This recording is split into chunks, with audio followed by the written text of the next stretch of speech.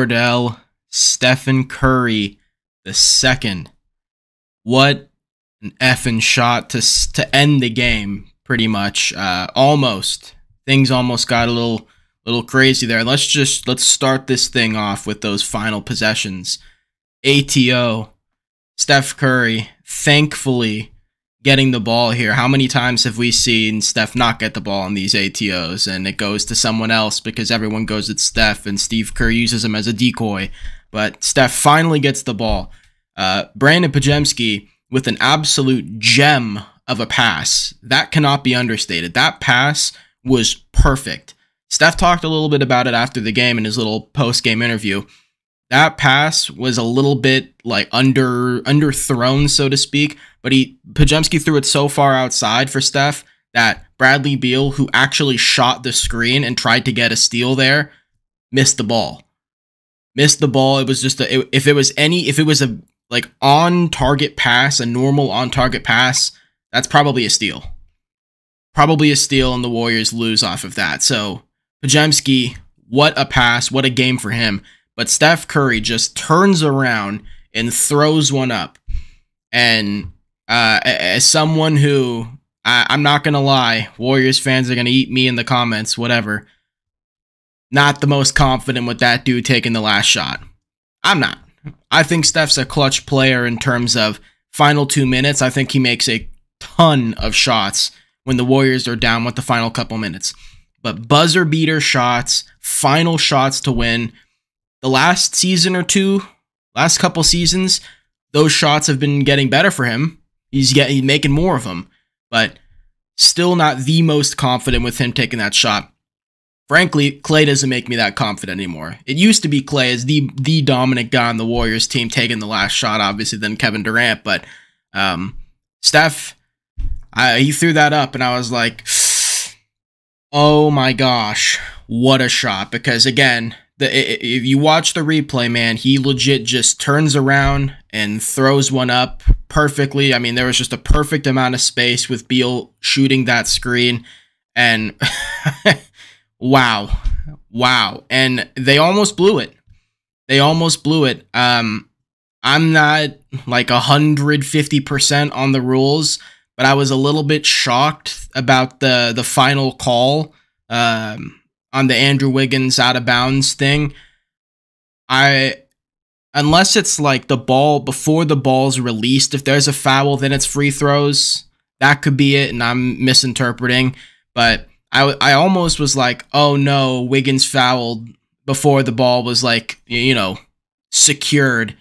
Is that going to count as free throws? Because typically there's the out of bounds call. I'm pretty sure that's ball before it's released, and then if there's a foul, then it's free throws. So still, thank God for there being that foul to give, because otherwise, tough luck, Warriors. Again, another clutch game blown. So wow. Just a crazy final sequence. But I want to open things up after that with Gary Payton II. GP2's back, and are there many other guys in this league that can make their presence felt in a game as a role player as much as he does? I mean, shout out to Chase Center, which I don't do often because I think Chase Center kind of sucks for as far as like crowd noise goes and team support. Granted, the Warriors have not been doing a fantastic job of giving them much to support this season, but still, GP2 came back, and once he hit the floor, the arena was about as lively as I've seen it this season. So it was pretty awesome to see that. Because of that, I think the Warriors were riding quite the high. A lot of players were playing out of their minds for us. That Lester Quinones had a couple big-time shots. Podziemski was hitting some clutch ones. I mean, the aggressiveness from Draymond, I loved it, but GP2 out of all of them was just unbelievable in his minutes. Let's get to his stats real quick.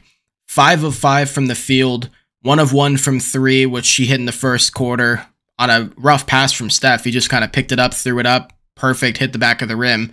3 boards, 2 of which offensive, 2 assists, a steal, 2 blocks, 11 points overall. He was a -2, but Gary was incredible, and he played some spectacular defense on Kevin Durant, on Bradley Beal, on Devin Booker. I mean, GP2 looked better tonight in his first game back off the calf injury than he did the majority of his minutes before that injury. Both coming back from I think it was the shoulder that he had before, or was it? I don't remember. He had something before that he got injured with in the season, and then he came back from that, and then, of course, in that game, the calf injury. So this is the best GP2 looked all season. He was about as good as he's going to get. And it really is a game changer. You know, it really is a game changer for the Warriors. So glad to see GP2 back. Played 14 minutes, was incredible in all 14 of them. And we talked about it, man. We talked about it in the last couple videos, you know, with guys getting back, who's going to be getting bumped out of the rotation. You know, Dario got minutes, GP2 coming back. We didn't see any of Moses Moody. He got a DMP, and then Guy Santos got the DMP. You know, I think Guy was playing incredible. Moses, sort of, but I think Guy was playing incredible. So, you know, it's going to be some tough decisions for Steve Kerr moving forward, especially because CP3 is going to be coming back soon. So we'll see what happens there. But yeah, Gary came back, and the intensity, the energy all around for this team was about sky high, and it was fantastic. You know, I'm telling you, when the Warriors play fast and they play hard on defense and they have point of attack defenders, things change. The Warriors look like the Warriors. When they don't have point of attack defenders, when they don't have energy guys on the floor, they do not play well. When they play really slow, when they're not getting stops, they just look broken as a team. You know, they're an energy group. They feed off of this kind of stuff. And Gary just ignites them at a level not many players are able to for their teams. I think Okogie's the similar way for the Suns. You know, they were talking about on the ABC broadcast that, you know, how is Okogie going to find the floor? It's like, what do you mean how? How would you not put him in there? Every time Okogie steps on the floor, something fantastic happens. Every time that man faces the Warriors, it's like they just totally blank out that he's on there, that he's on Phoenix. Because it's like right when he checks in, offensive rebound, 3-3, you know, block, steal, more rebounds, more pests. They just forget he's there. And 30 seconds in, and this guy's made like 6 things happen, and the Suns go up. You know, he's just that impactful for them. He's the energy guy. So to see GP2 come back and make the impact that he did was unbelievable. So that's going to be great going forward. Hopefully he stays healthy. Really want him to stay healthy, because when he is, he's a game changer for the Warriors. Next up, I wanted to talk about Kuminga. You know, Jonathan Kuminga, I didn't get to see the Lakers game. I had to watch some of the replay stuff and some of the highlights and everything. I was busy that day, but this is the first primetime game I've gotten to see Jonathan Kuminga play in. You know, primetime games are a little bit different. It's like Monday Night Football versus just Sunday, you know, a Sunday day game, right? This was a big game. All of Phoenix was healthy. This was going to be a big test for Jonathan Kuminga, since the last time they played the Suns, Kuminga was not that much of a focal point in the offense. I think that was still a point where he wasn't even starting, if I'm not mistaken, and I think he was still playing like 15, 20 minutes max. So this was the first time he got to play him in his kind of streak of spectacular games, being a major key in this and on this team on both ends of the floor. And I think Kuminga played great. And he kind of struggled in the first half. Struggled just a little bit. But I loved how he played, even though shots weren't falling. I loved how aggressive he was, how he was going at the rim, taking any matchup. You know, again, I'll say it again. My biggest critique of Jonathan Kuminga offensively at the start of the season, even heading into the big stretch that he had, was his aggressiveness, especially in the post, and playing through contact and trying to get actual shots up at the rim, as opposed to just hoping for a foul call. That's gone away. His aggressiveness has been as good as it's ever been, you know? And I think it shows, man. Every time he goes up, it's just so awkward, but he's able to sneak the ball past people and get these ridiculous layups. The backdoor cuts.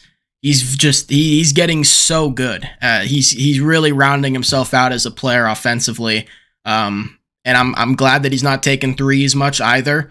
He only took the one where he kind of had to chuck it because the, shot clock was about to go. But 9 of 18 from the field, still 21 points, 5 boards, 2 assists, only 1 turnover. Did have 4 fouls, but he finished the game in the fourth quarter with only 4, so didn't pick one up after that. I thought he played pretty all right defense.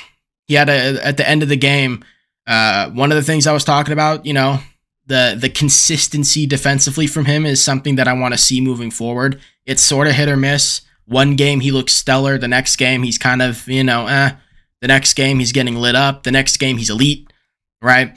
It's weird with him, but it's young guy stuff. It's not Jonathan's a bad defender. It's just he's young. He's figuring it out. He's learning how to use his body on that end. He's figured it out on offense, but now he's got to learn to do it on defense, right? Because that's what's ultimately going to make Jonathan Kuminga an absolute staple for this team moving forward. The defense, look at Wiggins. Wiggins, 12 points. Still, he's sort of getting back to what he was. I'm liking the aggressiveness. He's dunking the ball finally. He's getting to the free throw line. He's taking those mid-range shots, right? He missed a couple threes, but I like the threes that he took. 13 shots for Wiggins, but he was so freaking good defensively all game. So elite. He has been absolutely irreplaceable on the perimeter since he's come back from this funk that he had the first half of the season. He's been that good, and because of how well he's played defensively, you can't really take him out now. You can't. And if Jonathan gets to that point where it's just now undeniable on the defensive end, boy, we're looking at all-star status. We are looking at all-star status because that's if Jonathan Kuminga is putting up 23 points a game, as well as playing as elite defense as Andrew Wiggins, that is a problem. That's a problem and a half. But he still played well. I think Kuminga still played well, and I really, really did like how aggressive he was. But that, like I was saying, that play at the end of the game, Devin Booker kind of just shoved him off, kind of just shoved him off, and Kuminga wasn't really able to put up a fight there. And I know he was moving backwards, so it's kind of a momentum thing, but that's one where, you put Gary in that situation. I think Gary, even if he doesn't collect a stop, I think Gary puts up a contest. I think Wiggins puts up a contest. Draymond puts up a contest. But Kuminga kind of just got shoved back, and that extra effort, that recovery to get back, didn't see that yet. Didn't see that. So over time, we're going to see it, but I loved Kuminga in this game overall. I'm really glad that he had himself a night. Again, this is my first time seeing him in this stretch on a primetime game against a fully healthy Suns team, and I think it was undeniable that his presence was felt offensively in particular. So yeah, man, huge game for Jonathan, continued success, love to see it. Next, I was going to make a Klay video yesterday. I didn't really like it. I made a couple, didn't really like them. But I think Klay really struggled offensively. I mean, it's no secret, 2 of 10 from the field, 1 of 7 from 3. Rough game. Second half, he was making some better passes. He wasn't really forcing as many shots. He was actually trying to make some plays happen, but offensively, he just was not really there tonight. But again, I like to give credit where it's due, of course. Klay was really good on defense. I really like Klay defensively tonight, and he's played pretty well against the Suns defensively this season, especially when he's matched up against KD. I've said it before, because Klay's legs are gone, him staying with guards and smaller, faster players is not going to work. But when he's matched up against taller players, he plays very good defense because he's got a sturdier base, because he can't really get up. And he's also stronger than he looks, but he has pretty good hands defensively, and that relentless effort that he used to be able to give with his, with his energy, he's able to give towards bigger players. So I think him matching up against KD, the couple times he had to get Nurkic, I think he looked really good. I like Klay's defense. So even though it was a rough offensive game, and again, people are still gonna, Klay, get out of here kind of thing, so be it, but you got to credit the defense that he played tonight. I think it was really good. Next, Draymond. Draymond Green was unbelievable. Unbelievable. This was a big game for Draymond. I remember, first time he's playing the Suns since clocking Nurkic and obviously landing that suspension in December. I wouldn't say I was nervous going into this about like the chippiness of this because I knew it was going to be that way. I knew Nurkic always tries to get a rise out of Draymond, but I knew it was going to be pretty intense tonight in general. Just, Kevin Durant's there, Nurkic, Devin Booker likes to talk, the Suns in general, Eric Gordon. There's a lot of old Warriors foes on that team. So I knew it was going to be kind of a chippy one, but Draymond was, game of the season for him. Are we, honestly, I think it was. Both ends of the floor. He had that little post up on Nurkic. Nurkic went down, scored on him, hit the too small celebration. Glad they didn't give him a tech. If it was any other situation, the refs probably give it a tech, but I'm glad they didn't. So Nurkic hits him with the too small situation. Next possession, Draymond goes down. He gets up on Nurkic. He gets the inbound pass. Throws a little hook shot on him, and he hits the too small on Nurkic. I loved seeing that. No techs there. There was one on Klay early in the game. Nurkic tried to throw off Draymond, and Draymond swatted his hand down. And, they both got in their face and all the rah, rah, rah. Klay came in, punched the ball, tech. Draymond got one because he got pushed in the back. I think it was by Bradley Beal, yelling at the refs like, hey, he made the layup though, I think. Then got teed up. So, overall, though, Draymond was unbelievable. 15 points, 7 boards, 9 assists, a steal. Did have 4 turnovers and 4 fouls. I think he had 3 fouls midway through the third or something like that. I know he had 2 in the first quarter. And again, Nurkic was like, get out, trying to get a rise out of him. But 7 of 9 from the field for Dre, 1 of 3 from 3. He was just unbelievable. He had this one play where Steph was in the corner or on the wing, and Draymond's expecting, the action they always do of Steph bolts, and then Draymond hits him, throws the screen, potentially rolls, all that stuff. Steph kind of just sits there, and Pajemski's the one who's rotating, but Draymond Green just decides, oh, Pajemski's man's going up, and he flies around off of Nurkic, or maybe KD, was one or the other, and then gets a wide open layup. And it was a fantastic play. And that's just, that's Draymond's IQ, the split second understanding of what's happening and taking advantage. And again, as we've said in previous seasons, when Draymond's aggressive offensively, it just takes this team to another level. It really does. Especially on a night like tonight where Klay didn't have it, for Draymond to put up 15 of his own, that was really good to see. That was really good to see. Next, and finally, I want to get into the team defense. I thought the Warriors had their best defensive performance tonight. I can only think of 3 or 4 legit, that should not be happening. Defensive errors that they had, which they were having a ton of in this season. For them to play as well as they did, again, fully healthy Phoenix team. GP2's first game back, right? You still really don't have a legit center. They played Trace for a few minutes. Dario Saric played 10 minutes, so he's kind of getting eaten up. Kevon Looney only played 5 minutes, right? The emphasis on perimeter defense right now is so extreme. The Warriors have to be elite on the perimeter. Otherwise, they can't do anything. Because Draymond, if he has to, the moment Draymond helps while they're playing small ball, it's kind of over. Unless they can have a legit point of attack guy that can make shots tough and allow Draymond to stay back, it's over. It's over. And, there were a lot of transition shots. Devin Booker hit 2 or 3 transition threes because Draymond's sinking back way further than I think any other season he would have. And that's because Draymond, if he's not back there, it's just there's nobody who's helping. There's nobody helping in that back line. And that's one of the reasons why I think the Warriors should have targeted a legit rim protector at the deadline. It's not because if they don't have a center, they can't win a basketball game. But when they're playing bigger teams and Draymond's out of position a lot, which he's going to have to be, we saw it in that Pacers game. They didn't attack it as much as we expected. But when Draymond's having to come out or when Draymond's on a scoring big, it's difficult. It's difficult. The switching, the point of attack defense has to be elite. And tonight, it was. Devin Booker was held to 9 points in the first half. Obviously scored 20-something in the second half, but he's a tough bucket getter. Tough bucket getters make tough shots.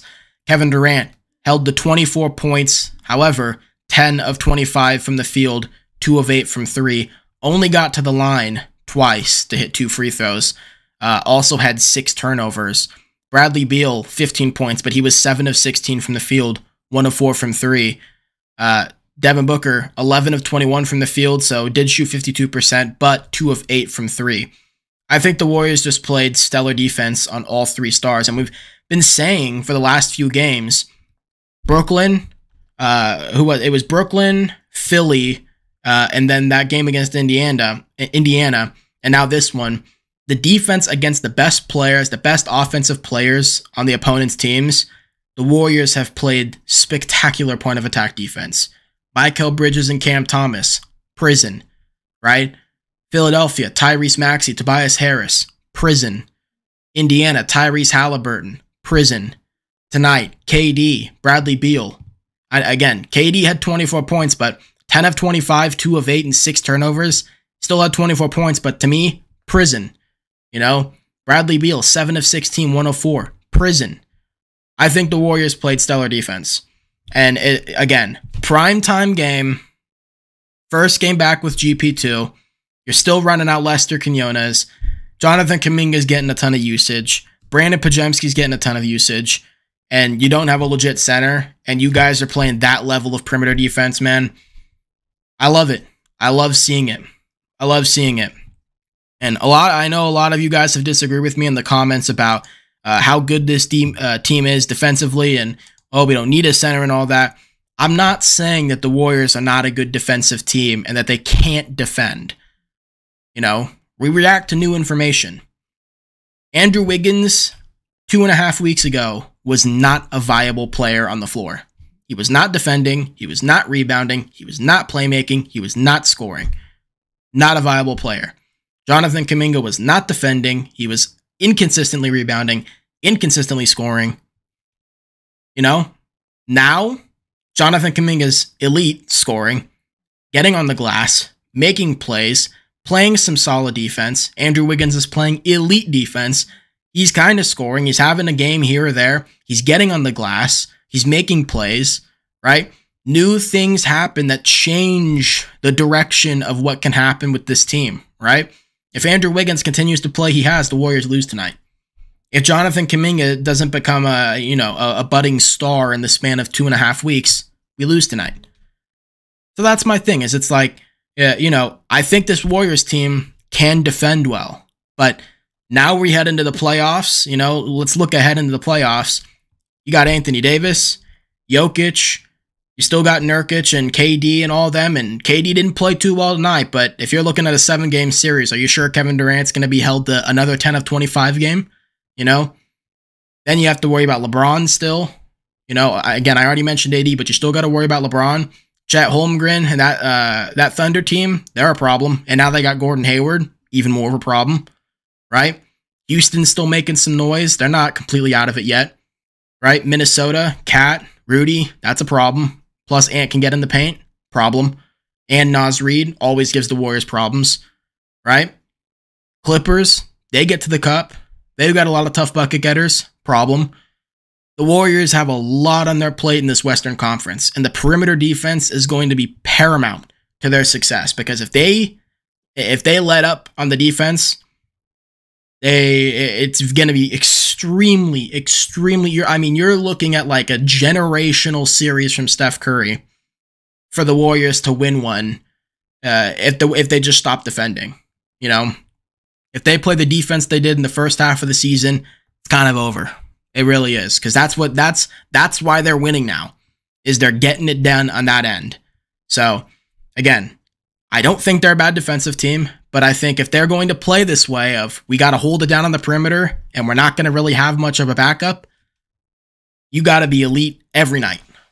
Every single night you got to be elite on that end. Otherwise, it's going to be tough. So, yeah, kind of a longer one, but if you did like the video, leave a like, comment, and subscribe. Also, thank you all for 100 subscribers. It's been a while, but I've been taking it more seriously, putting a lot more effort into this. So I'm really glad that you guys have been liking the videos, watching the videos, commenting, disagree or not. I love discourse. I love commenting back to you guys, responding. If you have opinions, always leave them. Even if you want to roast me, I don't care.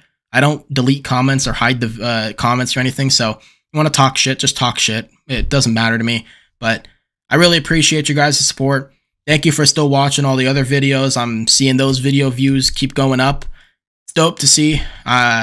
Thank you to Dominic. You know, I already thanked him over, you know, talking with him. But thank you to Dominic for doing the podcast with me on a weekly basis. I really appreciate that. And I'm glad you guys are starting to enjoy that more. That's going to keep continuing. Hope we were supposed to record today. He had some issues on his end, so we'll be getting some stuff done. Hopefully tomorrow, if not, early this week. So keep on the lookout for that. Also, I'm going to start utilizing the community posts. So if you want to keep up with those, I'll be giving some information out on there of new videos and, you know, things of that nature, updates and whatnot. And also, let me know if you guys want a live stream. I might do a live stream eventually. Let me know if you want to see that. If you do, leave some topics you might want to bring up in the comments, and we could bring those up, or maybe questions, whatever. And yeah, with that being said, have a good rest of your weekend. Peace.